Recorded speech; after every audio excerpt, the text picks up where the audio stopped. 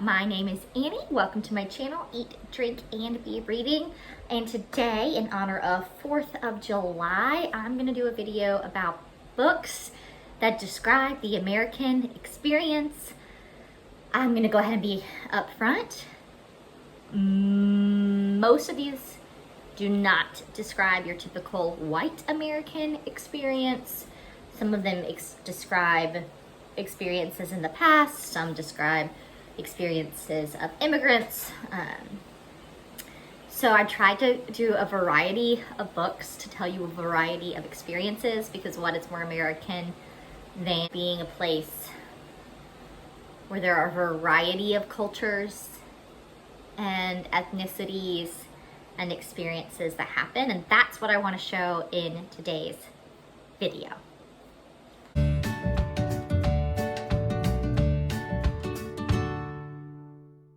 You may notice this is not my normal space. I am visiting my in-laws for a few weeks. I did pre-film a few of the other videos, so you, if you get confused, I'm not going back and forth. Most of them I will not have to film here.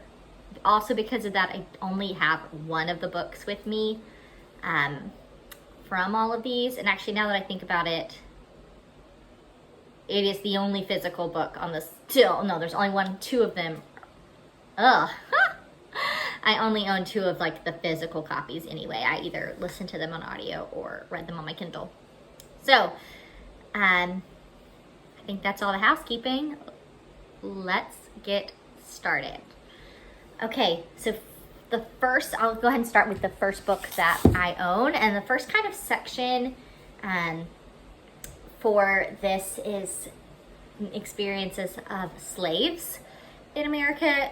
America was built largely on the backs of slaves. You cannot talk about the American experience and not talk about slavery.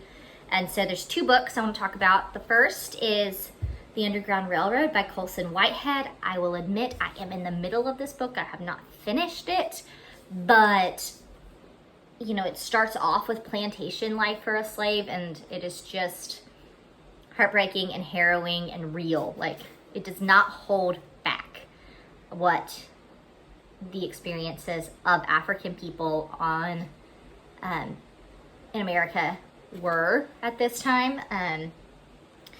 So yeah, it does not hold its punches in a very good way.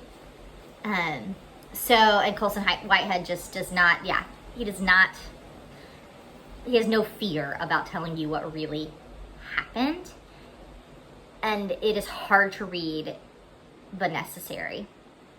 The other one for talking about slavery, is The Kitchen House by Kathleen Grissom.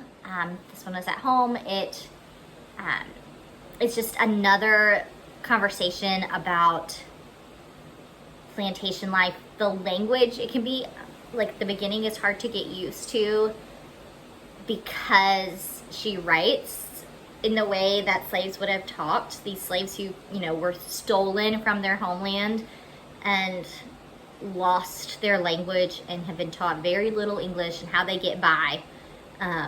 So it takes some time to get used to, but I so appreciate it that she wrote it in that way. I feel like you understand the experience even better. Then I'm going to move a little ahead to Jim Crow. There's so many books you could read. I'm going to talk about one that is not as well known, and it's a book that I loved, and I've not had a chance to talk about on my channel, so part of it's a little bit that I want to talk about this book. But it's Dreamland Burning by Jennifer Latham. This takes place in Tulsa. It is both, goes back and forth between a historical time and current. This girl finds figures out there was a murder in this town.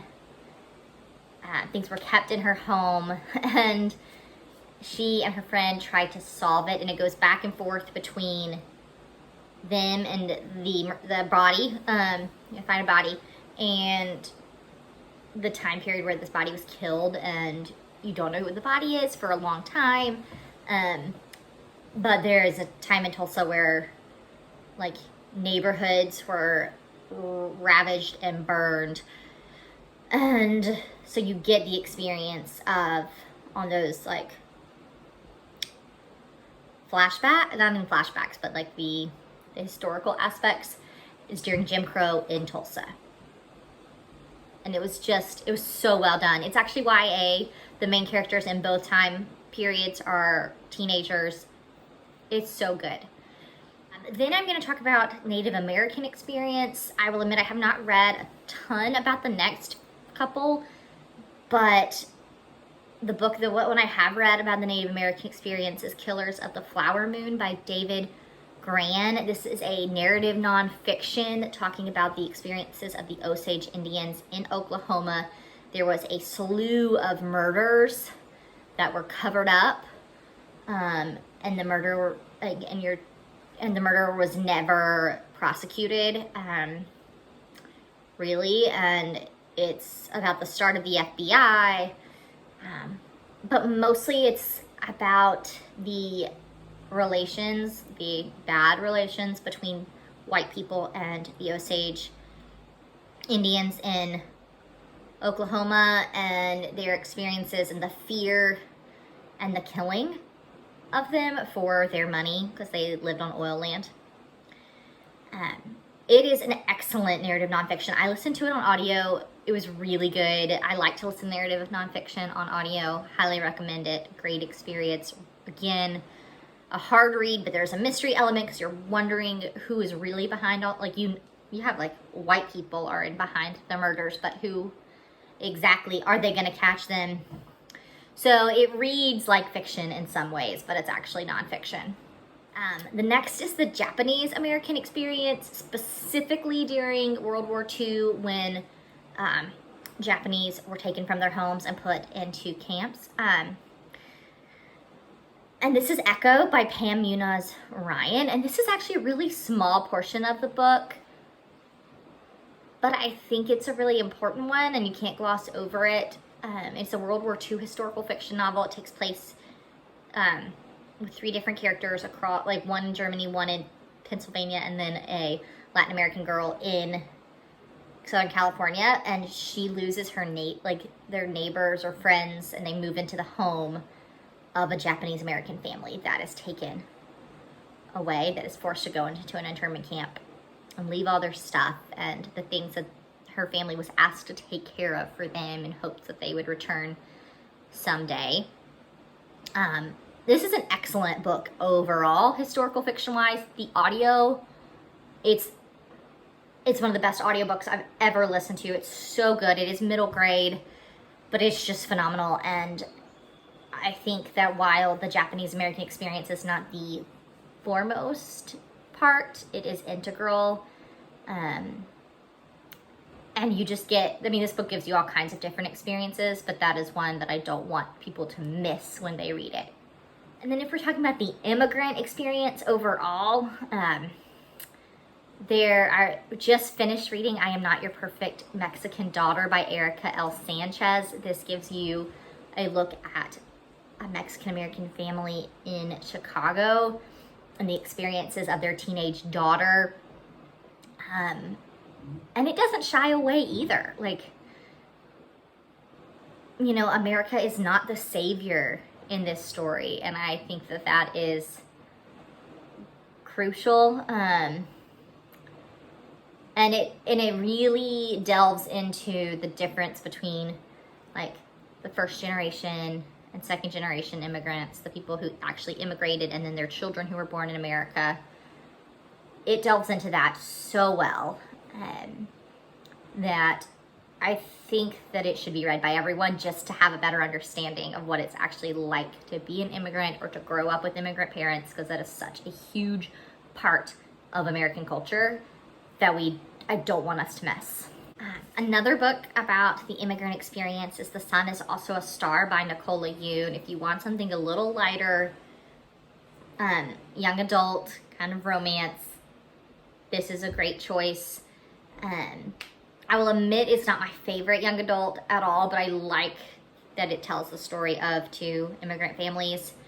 One is Jamaican, and they are about to be deported, and she is this teenager who's spent her entire life in America and doesn't want to go to Jamaica. That's not her home. America's her home.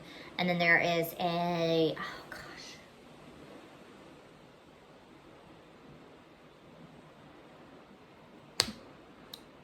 He's of Asian descent, and I'm feeling terribly that I cannot remember right now. Let me find out. Okay, Daniel is of Korean. He's Korean American. And so, and he has expectations from his parents. He wants to be a poet, but that's not what his parents want for his life, and about meeting their expectations. And these two characters meet, and they get like 24 hours or something that they spend together. My favorite part was the Immigrant Experience. So, and like just these, particularly the Natasha, the Jamaican American girl, and hearing her family and their experiences and her fears about being deported, I thought were excellent. All right, moving a little differently. Maybe these would be slightly more expected for a 4th of July video, but I don't think they should be, which is why I didn't start there. The Cowboy Experience. I read one Western and it was so good. It did not necessarily make me want to read more Westerns, but phenomenal. Lonesome Dove by Larry McMurtry. It is super long. It was like a 39-hour audiobook. 37 hours. But the audiobook is really good. I don't know that I would have liked it as much without reading it on audio. And it tells the story of two cowboys that have settled down, but they decide they want to take one more trip, and they're going to move to Montana from Texas. And so they gather a group of other guys and a bunch of cattle, and they make their way across the United States up to Montana, and it is their story. So if you want a cowboy experience, Lonesome Dove is for you. Then thinking about the Western migration as people in the United States moved from just being on the East Coast, made their way over to the West, all the way to California. This is another narrative nonfiction. It's The Indifferent Stars Above by Daniel James Brown. It tells the story of the Donner Party. It specifically follows a girl named Sarah and her family. As they make their way, they get caught in this party. Then they're together. They strengthen numbers, but they get caught in the Sierra Nevada mountains in the middle of winter and can't get out, and they run out of food, and many people end up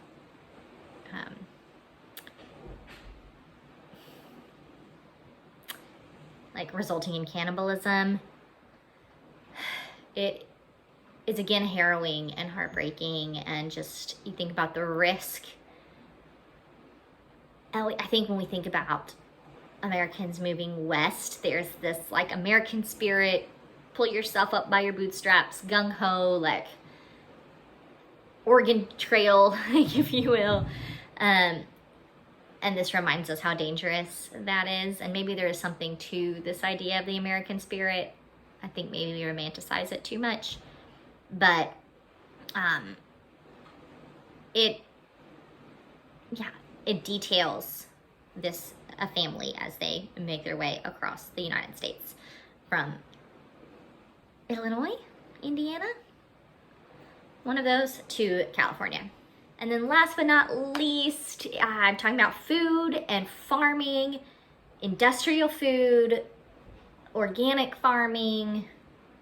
Both of those things, I think, whether you want an experience on a farm or you want to understand how American food became so industrialized, because I don't know that there's very many countries in the world that do have their food as industrialized as America does. And maybe there's something about the American way of life that leads us to that. And that is The Omnivore's Dilemma by Michael Pollan. This is nonfiction. And like I said, he goes through what the industrial food chain looks like, what the organic food chain looks like, and what the hunting and gathering food chain looks like, which really most of us in America do not participate in. Even if you hunt, you probably don't only hunt for your food. And I just think there's a lot to be said about America and the American experience in this book, despite it not really being about that, really just being about how we get food on our table and what choices we make for that. But I think that maybe Americans make different choices than a lot of people do in the world, and I find that really interesting. Okay, this is getting long. I hope that this gives you some new book ideas. I hope that you will read experiences of people who do not look like you, whose experiences are different than yours, and this gives you some ideas, at least of ones in America. Happy 4th of July. Maybe celebrate America's independence. Maybe remember how far we still have to go. Thanks for watching. Let's talk in the comments below. What books scream 4th of July to you? Have you read any of these? Let's talk. Like, subscribe for more bookish content. Bye, guys.